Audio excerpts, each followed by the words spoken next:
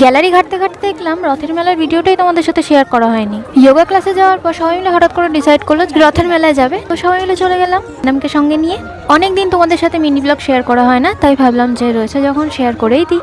ঢুকেই আগে মন্দিরের কাছে গিয়ে ঠাকুর দর্শন করে নিলাম সবাই, তারপরেই চলে গেলাম আমার প্রিয় জায়গায়। সবাইকে জোর করার পর কি হচ্ছে দেখো। মজা হবে মজা হবে, চলো। হ্যাঁ মজা হবে মজা হবে, হাত ধরে ধরে বসবো, হাত ধরে ধরে। হ্যাঁ হ্যাঁ এটাতে কিছু হবে না, মজা হবে। ভেবেছিলাম 4 জন করে বসাবে, তাই একটু ম্যামকে সাহস দিচ্ছিলাম। কি ওখানে দাঁড়াবে, কিছু হবে না, নামতে হবে না। আরে চড়ে ফেল না, কি হবে, কিচ্ছু হবে না। এগুলোই হচ্ছে সবাইকে জোর করে ওঠানোর ফল, বুঝলে তো। ম্যাম আর আমি আলাদা হয়ে গেছি, তাই দূর থেকে হাই হ্যালো করছিলাম।